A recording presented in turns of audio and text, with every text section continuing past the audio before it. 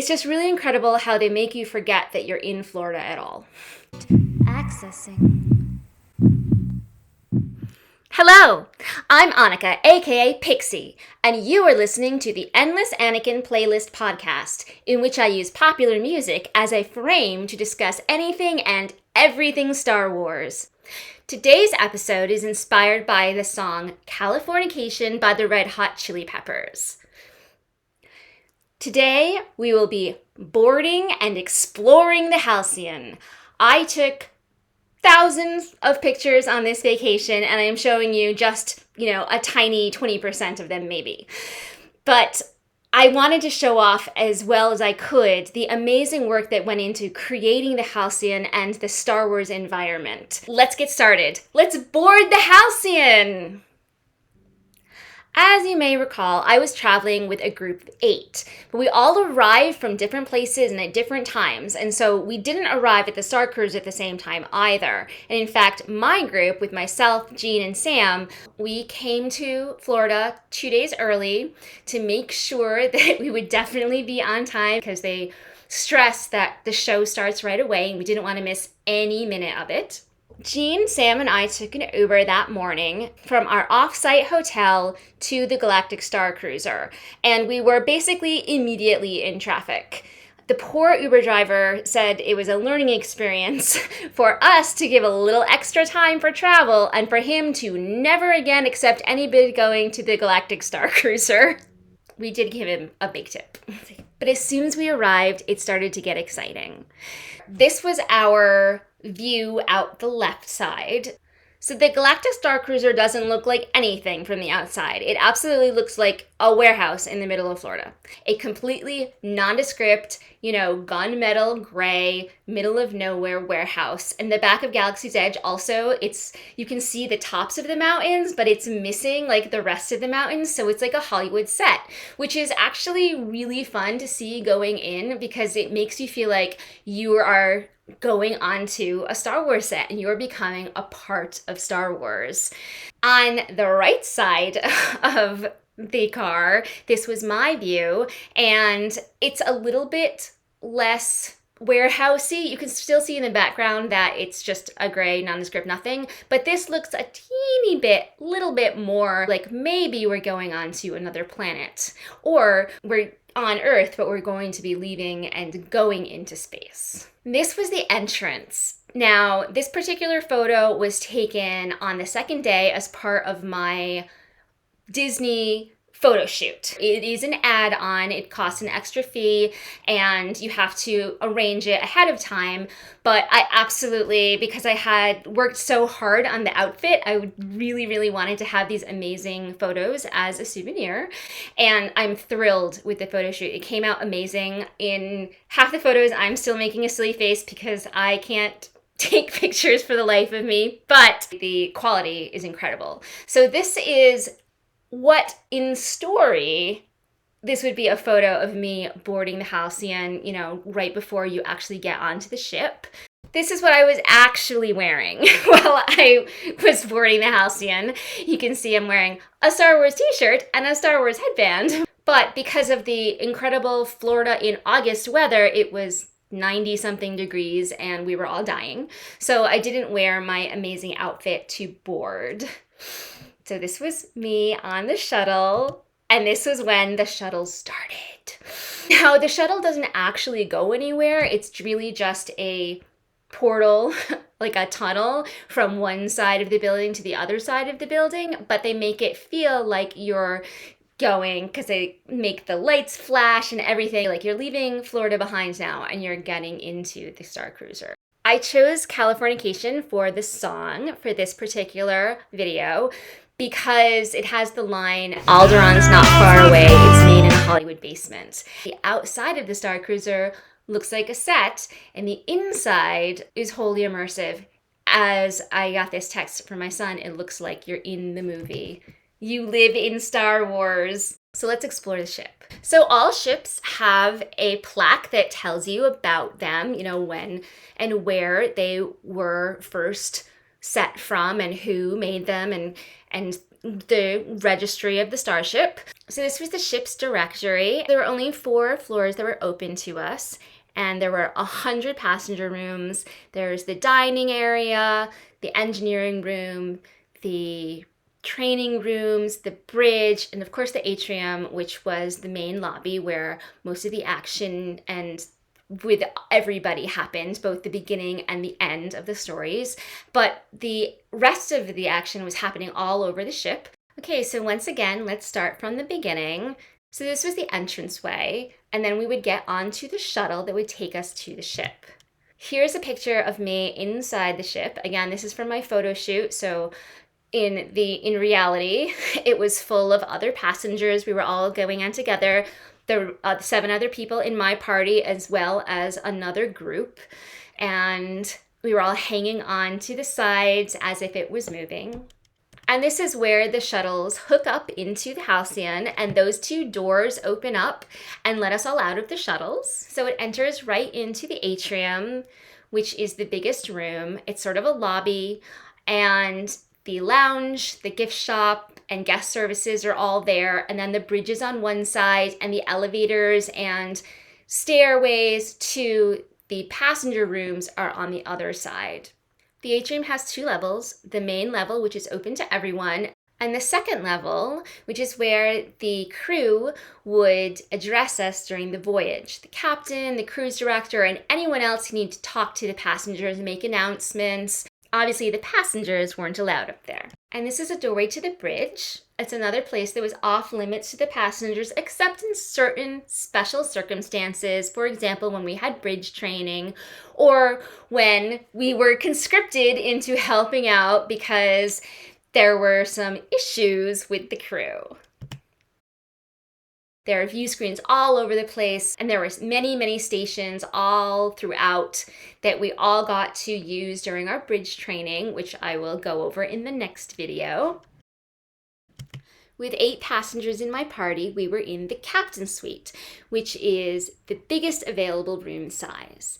It includes 2 bedrooms, 2 bathrooms, a living area in the middle, and a sink, small fridge, like a tiny kitchenette, half kitchenette. This is me outside the door. We would use our data bands to get in, and they would also speak to our data pad, and they were all specific to each passenger. So mine was Annika and was given specifically to me. It was hooked directly to my Disney account. We all had our own storyline, and it was all connected. I stayed in a bedroom with 5 people. The parents had the master bed, and then Sam and I, the bodyguards, had the bunk beds, and the child had a pullout that was in the wall. I had the bottom bunk, and Sam had the top.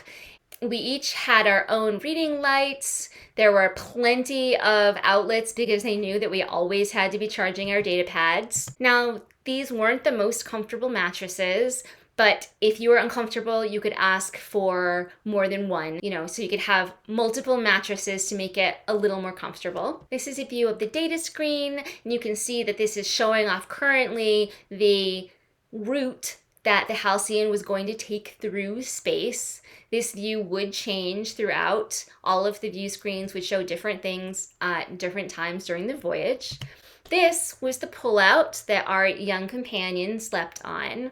Now, you would think that 5 people in a room would be kind of tight, but it was actually perfectly sized. We did not ever stumble over each other any more than you would in a normal hotel room. And here is where we would interact with our in-suite droid. And there she is. When I first heard about her, I thought it was just going to be, like an Alexa for your room, but she actually had huge amounts of personality. She was a character in and of her own right, and she had her own storyline that went along with the storyline of the whole Starcruiser. So she was super fun to interact with. You could talk to her at any time.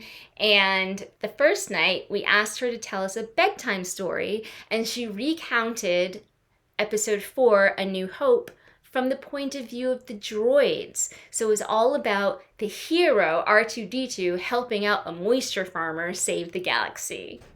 This crate of goodies was waiting for us in the room. We never quite figured out what the garlicky type thing was in the jar, but everything else we ate up. There was a selection of drinkware in the room, a couple goblets, and little space water bottles that we could fill up in the atrium. They had chilled flat water, room temperature flat water, and chilled sparkling water available at any time. You would just take one of your little glasses and fill it up. Everything was within the Star Wars color scheme. These were the seats in the living area. And we also had view screens in all of the rooms. This was the biggest. It was in the living area. And the first thing that we did once we were on board was get into our outfits. Here's my handmaiden outfit, and here's Sam in her gray Jedi outfit. So this is when we first arrived and we were in orbit. And here's later in the trip when it was nighttime. And so I, of course, put on my inspired by Padme nightgown and took pictures playing with my hair in front of space. The second thing that we did when we arrived was head down to the Crown of Corellia to have lunch. The Crown of Corellia was the only dining area on the Starcruiser, and it was different during the daytime and during the evening, much like a cruise here on Earth. The cafeteria version of the Crown of Corellia, where seating was not assigned, it was all buffet style. You would go get your tray and then bring it out and sit down wherever you would like. They had these really incredible lights that I honestly want one in my bedroom now. It's really hard to describe, but the really bright, colorful lighting and these clear plastic overlays that just, it really looked like something on a spaceship. And then in the evening, they would dim the lights and it would become a little more upscale, a little more romantic. During the evening, there was assigned seating. You had the same table on each night and the same waiter, so they got to know you and your family. They really succeeded in making the room look different during the day and during the evening. One of the fun rooms on that same level was the climate simulator, a room that would simulate the climate of other planets.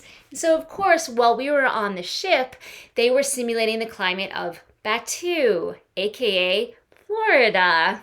I really liked the fact that I matched the flowers that were in this room, and so I had to take a selfie. And then in the middle, they had a sort of meditation area where people would take these little rocks and build a little tower of rocks. It sounds very Jedi to me, that naturalistic mindfulness journey. I can definitely imagine doing yoga in the climate simulator if that was an option. And of course, I had to make my own little rock tower. Also on that main level is the surprising brig. The Halcyon was commissioned during the time of the Empire, and so it was used by the Empire to transport prisoners. And therefore, they have a brig, and shockingly, the brig was also used during the voyage when certain people who may or may not resist the First Order would get caught and end up in there. But the fun thing about the brig for me is that I accidentally broke into engineering through it. Getting into engineering is one of the first things that you do on the Halcyon as part of the storyline. Now, there are a couple different ways of doing it. You can sneak in, or you can break in, or you can get permission to get in. But as part of my exploration, just wandering around, I got into the brig and I realized that there was an open panel. And I looked at my friend Jean and said, obviously I'm supposed to go through this, right? I mean, it's just an open panel waiting. I could see that there was the engineering room on the other side, and I had not gotten the key to get into engineering yet. So even though I was wearing a skirt and I was not a child, I decided to go into that panel and crawl into the engineering room. So there were storylines in engineering, but it was also just you could go in there and play around and play with different things. And oops, we accidentally broke the ship. Oh no, the alarms are going off. I loved that my Disney photographer took a picture of me enacting Princess Leia in A New Hope. I mean, life goals achieved. All around the ship, there were also just set pieces, works of art, and they would always have a sign next to them. The information was in the Star Wars language of Arabic, but on your datapad, you had a translator so that you could read it. Sometimes there were secret messages, and sometimes it was just part of the story. The lounge area was possibly my favorite part of the Starcruiser. It felt like I was going to the cantina on Tatooine or was going to Maz Kanata's establishment, as if I were in A New Hope or Force Awakens. And it was always crowded. There was just this atmosphere of merriment and also subterfuge that was just exactly what I was looking for in an immersive Star Wars experience. There were 4 different seating areas in the bar. First, around the walls, they carved out space for a table and seating. In the center of the bar was the Sabak table, which was always busy. The only time I ever got to sit at it was when I was leaving, when we were all disembarking, and so there was no one else in the lounge. And there were small tables throughout the bar for 2 or 3 or 4 people to sit around. And finally, the bar had the bar area. Again, I never had a chance to actually sit at it, but you can see how colorful it is. Just the whole lounge area was bright and beautiful, same as with the Crown of Corellia. Everything was just this amazing color scheme that really felt fun. And this is why the lounge was my favorite. I really feel like I'm living in Star Wars. Finally, I wanted to point out something amazing. Something that I noticed as soon as we were in the atrium after I changed into my outfit was that I matched the decor, the benches, and the railing. It was all in the same maroon and gold that I was dressed in. I had no foreknowledge of what the Starcruiser looked like, and somehow I came up with an outfit that 100% matched it. This became completely obvious when they put out this red and gold carpet for our fashion show, and I look like I am dressed as the carpet. Now, most people would say that this is a coincidence, but I say chaos powers, and I am thrilled that it happened. So that's the Halcyon. Thank you for listening to Endless Anakin. Follow my playlists on YouTube and Spotify, and after the episode, the Song of Disgust will immediately play. Show notes and links can be found at anakin.me. That's ANAKIN.me. See you next time, and until then, may the Force be with you.